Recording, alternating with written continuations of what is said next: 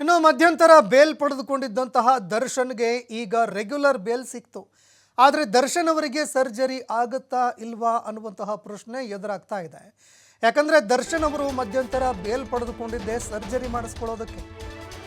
ತೀವ್ರವಾಗಿ ಬೆನ್ನು ನೋವು ಕಾಡ್ತಾ ಇದೆ. ಈ ಬೆನ್ನು ನೋವಿನಿಂದ ಮುಂದೆ ಜೀವಕ್ಕೆ ಕುತ್ತು ಬಂದರೂ ಕೂಡ ಅಚ್ಚರಿ ಪಡಬೇಕಾಗಿಲ್ಲ ಅಂತ ದರ್ಶನ್ ಅವರ ಪರ ವಕೀಲರು ವಾದ ಮಂಡನೆ ಮಾಡಿದರು. ಅದೇ ರೀತಿ ದರ್ಶನ್ ಅವರಿಗೆ ಮಧ್ಯಂತರ ಬೇಲ್ ಪಡೆದುಕೊಳ್ಳೋದ್ರಲ್ಲಿ ಯಶಸ್ವಿ ಕೂಡ ಆಗಿದ್ರು. ಆದರೆ ಸರ್ಜರಿಗಾಗಿ ಮಧ್ಯಂತರ ಜಾಮೀನು ಪಡೆದಿದ್ದಂತಹ ದರ್ಶನ್ಗೆ ಈಗ ರೆಗ್ಯುಲರ್ ಬೇಲ್ ಕೂಡ ಸಿಕ್ಕಿದೆ. ಹೀಗಾಗಿ ದರ್ಶನ್ ಅವರ ಸರ್ಜರಿ ಕತೆ ಏನಪ್ಪ ಹಾಗಾದರೆ? ಈ ಪ್ರಶ್ನೆ ಈಗ ಎಲ್ಲರನ್ನ ಕಾಡ್ತಾ ಇರುವಂಥದ್ದು. ಯಾಕಂದರೆ ದರ್ಶನ್ ಅವರ ಸರ್ಜರಿ ಏನಿದೆಯಲ್ಲ ಅದು ನೆಪ ಮಾತ್ರನಾ ಅನ್ನುವಂತಹ ಪ್ರಶ್ನೆ ಕೂಡ ಈಗ ಅನೇಕರನ್ನ ಕಾಡ್ತಾ ಇದೆ. ದರ್ಶನ್ ಅವರು ಸರ್ಜರಿಗಾಗಿ ಮಧ್ಯಂತರ ಬೇಲ್ ಪಡೆದುಕೊಂಡಿದ್ರು. ಆದರೆ ಈವರೆಗೂ ಕೂಡ ಸರ್ಜರಿ ಆಗಿಲ್ಲ. ಇದೇ ಕಾರಣಕ್ಕಾಗಿ ದರ್ಶನ್ ಅವರ ಸರ್ಜರಿ ಕತೆ ಏನು ಹಾಗಾದ್ರಿ ಅಂತ ಪ್ರಶ್ನೆ ಎದುರಾಗ್ತಾ ಇದೆ. ಯಾಕಂದರೆ ಈಗ ಕೋರ್ಟ್ ನಿಂದ ದರ್ಶನ್ ಅವರಿಗೆ ರೆಗ್ಯುಲರ್ ಬೇಲ್ ಕೂಡ ಸಿಕ್ಕಿರುವಂಥದ್ದು.